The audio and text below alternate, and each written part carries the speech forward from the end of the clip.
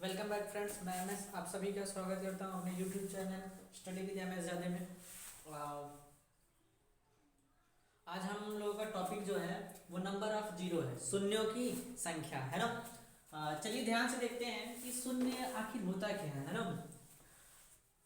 जब भी अब हम लोग पढ़ेंगे इस टॉपिक को या फिर कोई भी टॉपिक पढ़ेंगे है ना, मैथ में जब भी आप पढ़ेंगे तो बोलेंगे ऐसा क्यों, है ना।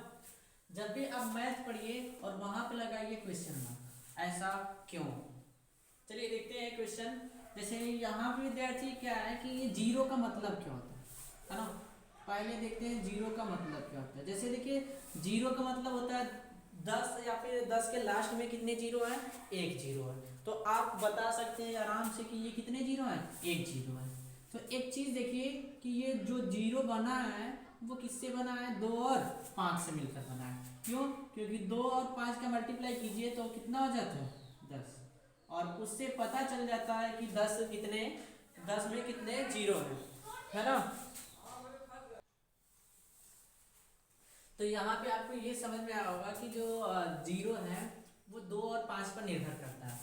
जैसे फॉर एग्जांपल एक और क्वेश्चन है आपके सामने। जैसे यहाँ पे 20 है तो 20 में कितने 20 को अगर फैक्टराइज करें मतलब इसका गुणनखंड करें तो 2 गुणे 2 गुणे 5 कर सकते हैं। 40 का अगर करें तो 2 गुणे 2 गुणे 2 गुणे 5 कर सकते हैं, है ना। 2 दूना की 4, 4 दूना की 8, 8 5 40। अगर हम 15 को फैक्टराइज करें तो यहाँ पे 3 गुणे 5। तो आपको एक चीज समझ में आ रहा होगा कि ये 2 जो है कितनी बार है, 1 2 3 4 5, यानी कि ये जो 2 है वो कितनी बार है, 5 बार है। और जो 5 है वो कितनी बार है, 1 2 3। इनडायरेक्टली आपको ये पता चला जो 5 है वो 3 बार है और जो 3 है वो कितनी बार है, एक बार है। हमें इस 3 से कोई लेना देना नहीं। हमें जीरो जो देता है वो सिर्फ और सिर्फ 2 और 5 देते हैं, यानी कि 2 और 5 के अलावा कोई भी संख्या अगर रहेंगे तो उनसे हमसे कोई मतलब नहीं है। समझ सॉरी समझ रहे हैं आप लोग। ध्यान से समझिएगा। अगर हमें पूछा जाए कि इस नंबर में कितने जीरो होंगे तो इस 3 से तो देखिए कोई मतलब है नहीं हमसे, है ना। तो याद रखिएगा जो भी नंबर कम रहेगा वही क्या होगा, आंसर। जैसे 5 कितनी बार है, 3 बार, और 2 जो है वो 5 बार। तो यानी कि आपका आंसर आएगा वो कितना आएगा, 3। जो कम बार रहेगा वही संख्या। 2 और 5 में जो कम रहेगा वही क्या होगा, आंसर होगा। समझ रहे हैं आप लोग। तो या फिर आप अगर फाइंड करना चाहते हैं तो देखिए 2 चौका 8, 15 आठे 120, ठीक है। और जीरो का है 1 2, यहाँ पे 1 2, तो कुल कितने जीरो आ गए, 3। तो क्या हम झूठ नहीं ना बोल रहे हैं जी, समझ रहे हैं। तो 3 जीरो यहाँ पे है। तो एक तरीका तो है डायरेक्ट गुणा कर लीजिए, लेकिन अगर आपसे बोला जाए कि 1 से 10 तक गुणा कीजिए तो क्या कर पाएंगे आप, नहीं कर पाएंगे क्योंकि ये बड़ा टॉपिक हो जाएगा। तो अब हम देखते हैं जैसे कि 2 और 5 से, है ना। तो हमेशा सभी लोग आपको बताते हैं कि 5 से डिवाइड कर दीजिए, बट ऐसा क्यों, है ना। क्वेश्चन मार्क कीजिए, क्यों 5 से। जो जीरो बनता है वो 2 और 5 दोनों से बनता है, तो हम क्यों 5 से ही डिवाइड करें, 2 से क्यों डिवाइड नहीं करेंगे। तो ध्यान से समझिएगा। अगर हम यहाँ पे विद्यार्थी 5 से डिवाइड कर दिए तो 5 दुना के 10, है ना। तो 2 जीरो आ गया, ये हमारा आंसर हो जाता है। बट आप कहिएगा क्यों, है ना। तो उस क्यों का जवाब आप यहाँ से देखिए, 2 गुणे 3 गुणे 4 को क्या लिख सकते हैं, 2 गुणे 2। फिर इसके बाद आता है 5, फिर 5 के बाद 6 आता है, तो 6 को हम क्या लिख सकते हैं, 2 गुणे 3। फिर आता है 7, फिर 7 के बाद आता है 8, 8 को क्या लिख सकते हैं, 2 गुणे 2 गुणे 2। फिर आता है 9, 9 को क्या लिख सकते हैं, 3 गुणे 3। फिर आता है 10, 10 को लिख सकते हैं 2 गुणे 5। अब आप ध्यान से समझिएगा, 2 कितनी बार है, 1 2 3 4 5 6 7 8, यानी कि आपको पता चल गया 2 जो है वो कितनी बार है, 8 बार है। और 5 जो है वो 1 2, है ना। तो इससे पता चलता है कि 5 कितनी बार है, 2 बार। तो हमें पता है कि सबसे कम वाला ये क्या होता है, हमारा आंसर होता है। तो जो 2 है, यहाँ पे देखिए 5 जो है कम बार है, तो यहाँ से आपका आंसर कितना हो गया, 2। ठीक है। चलिए अब ध्यान से देखिएगा इस क्वेश्चन को। अब ये तो आ गया 2, है ना। कैसे पता चला विद्यार्थी कि आखिर 2 ही क्यों होगा?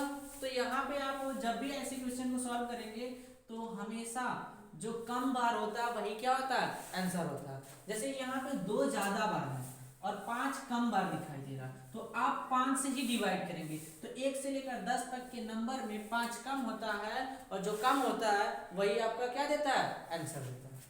तो यानी कि आपको ये पता चला है कि जो 2 है वही आपका क्या है, आंसर है। तो इसीलिए विद्यार्थी हम 5 से ही भाग देते हैं, 2 से नहीं देते हैं। अगर कभी भी भविष्य में, है ना, या फिर भविष्य की बात तो छोड़िए, कभी भी आपके पेपर में ऐसा क्वेश्चन आ जाए जिसमें 2 कम लगे और 5 ज्यादा लगे और वहां पे आपसे 0 फाइंड करने के लिए पूछे, तो आप क्या करेंगे, 2 से डिवाइड करेंगे, न कि 5 से। अगर आप यहाँ पे देख रहे हैं 1 से लेकर 20 तक के नंबर हैं और इसमें आपको 0 फाइंड करना है, तो आप ध्यान से समझिएगा इसमें 5 की संख्या कम होगा, क्योंकि 5 जो होगा 5 में होगा, 10 में होगा, 15 में होगा और 20 में होगा, है ना। बट 2 जो है वो 6 में भी होगा, 4 में भी होगा, 6 में, 8 में, 10, 12, 14, 16, 18, 20 इन सभी में होगा। यानी 2 की संख्या ज्यादा है और जिसकी संख्या ज्यादा होता है वो आंसर नहीं देता है, जिसकी संख्या कम होता है वो आंसर देता है। तो यानी कि तो 5 की संख्या कम है तो हम 5 से डिवाइड करेंगे, तो 5 चौक का 20, यानी कि 4 प्लस, है ना। फिर आप क्या करेंगे, 5 का भाग देंगे 4 में, भाग जाएगा जी, नहीं जाएगा, तो हमारा आंसर ही क्या हो जाएगा, यही हो जाएगा। तो आपका आंसर क्या हो गया, 4। तो 1 से लेकर 20 तक के नंबरों में कितने 0 आएंगे, 4। समझ गए आप लोग। चलिए एक और क्वेश्चन लेते हैं।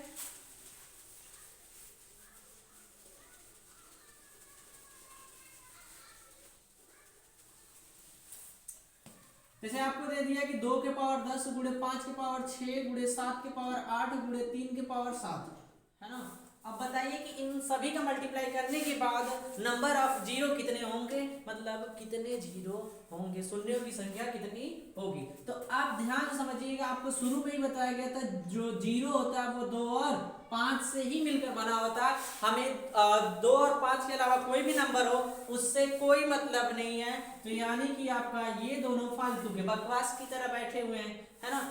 इनको तो कोई लेना देना नहीं है, मतलब बेगानी शादी में अब्दुल्ला दीवाना बन के बैठे हुए हैं। तो आपको करना क्या है कि इसको भूल जाना है ना।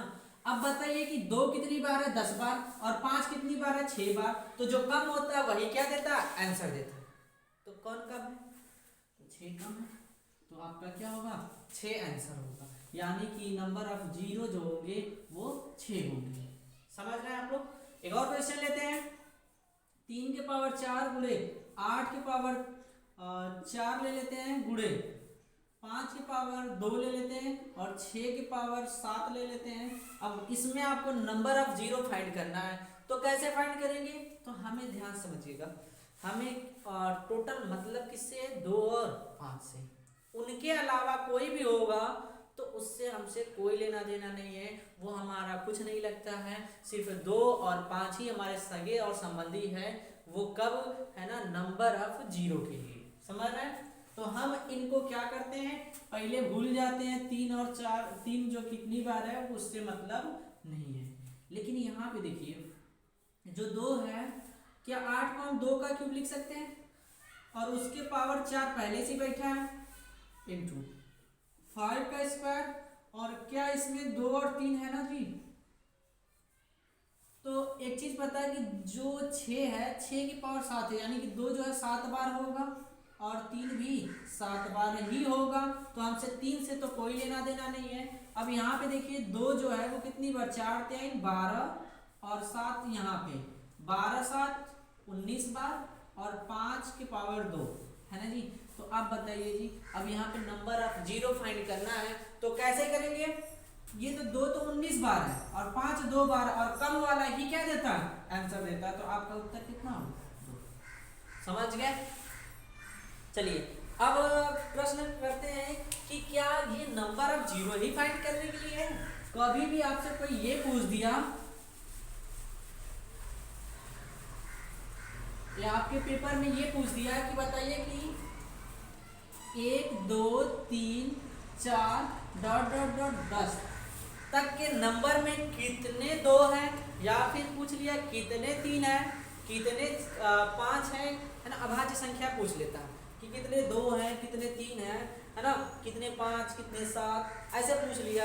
या फिर विषम संख्या कुछ भी पूछ ले, है ना, वट एवर कम्स योर आपके माइंड में नहीं, दूसरे के माइंड में पूछता है ना।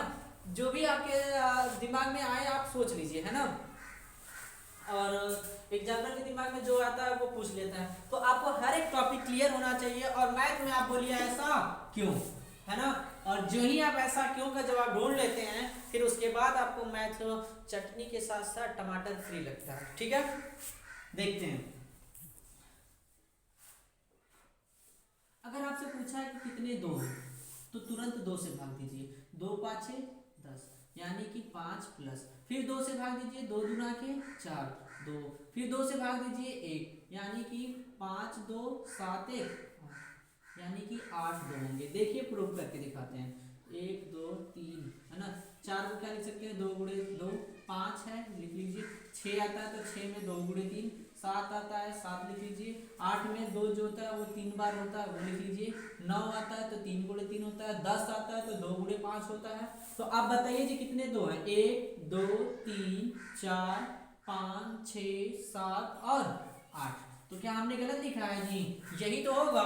नंबर ऑफ दो, अगर पूछ देता है कि नंबर ऑफ 3 बताइए, इसी क्वेश्चन में आपसे पूछ दिया कि 1 से लेकर 10 तक के नंबर का गुणा करने पर उसमें कितने 3 आएंगे, तो आप 3 से डिवाइड कर दीजिए। 3 3 जा 9, मतलब 3 3 का 9 हो गया। 3 बार गया तो 3 को यहाँ पर लिख लीजिए, फिर उसी में भाग दीजिए 3 से, तो 3 1 कम 3 एक बार गया तो एक बार। अब 3 से भाग जाएगा नहीं, तो 3 1 4 4 3 आएंगे। देखिए प्रूफ करके दिखा देते हैं। 1 2 3 4, तो यानी कि ये 4 है। समझ रहे बात को।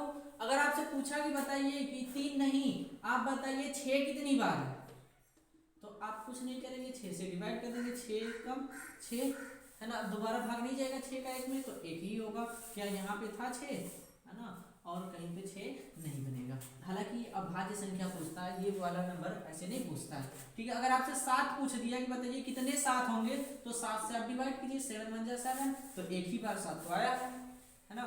कुछ भी पूछते तो आप बता सकते हैं। चलिए 1 से लेकर 100 तक के नंबर में बताइए कितने जीरो होंगे, तो आप तुरंत क्या करेंगे, 5 से डिवाइड करेंगे। 20 5 100, तो 20 लिख लिए। फिर 20 से 5 में 20 में 5 से भाग दीजिए। 5 चौक का 20, फिर 5 चौक का 20 हो गया, है ना, 4 बार गया। तो आप देखिए 4 में फिर 5 से भाग जाएगा नहीं, तो ये आपका क्या हो गया, आंसर हो गया। समझ रहे हैं। चलिए एक और क्वेश्चन लेते हैं। मान लीजिए यही क्वेश्चन अगर है आपसे कितनी बार पूछ लिया, 1000 बार। समझ रहे हैं कि 1 से लेकर 1000 तक के नंबर में कितने जीरो आएंगे, तो आप क्या कीजिए, 5 से डिवाइड कर दीजिए। 5 से देंगे 20 5 100, मतलब 200 बार में गया, है ना। तो 200 बार में कटा, फिर 200 में फिर 5 से भाग दीजिए। तो 5 चौक का 20, एक जीरो है तो 40 बार हो गया। फिर 40 में फिर 5 से भाग दीजिए। 5 8 40, 8 बार गया, तो फिर 5 से 8 में भाग दीजिए। 5 1 कम 5, एक बार गया। अब एक में 5 से भाग जाएगा नहीं, तो अब जोड़ दीजिए। 8 1 9 40 9 49, 49 में 2 जोड़ दीजिए, 249, है ना। तो आपसे कुछ भी पूछे आप बता सकते हैं। आई होप हमने जितना भी टॉपिक बताया आपको समझ में आया होगा। अगर नहीं समझ में आया तो अच्छी बात है, अगर समझ में आया तो और अच्छी बात है। ठीक है, अगर ज़्यादा अच्छे से पढ़ना है तो इसको एक बार फिर से रिवाइज कर लीजिएगा। अगला टॉपिक हम लोगों का रहेगा रिमाइंडर थ्योरम, है ना, शेषफल प्रमेय। फिर उसमें हम बात करेंगे शेषफल कैसे प्राप्त करते हैं। फिर उसके बाद अगला टॉपिक रहेगा इकाई की संख्या। फिर हम लोग देखेंगे पूरा नंबर सिस्टम को, है ना, निचोड़ देंगे, है ना। और वहां पे प्रश्न करेंगे ऐसा क्यों। तो आप लोग ध्यान से देखिएगा, जब भी मैथ पढ़िएगा क्वेश्चन कीजिए ऐसा क्यों। ठीक है, थैंक्स, जय हिंद।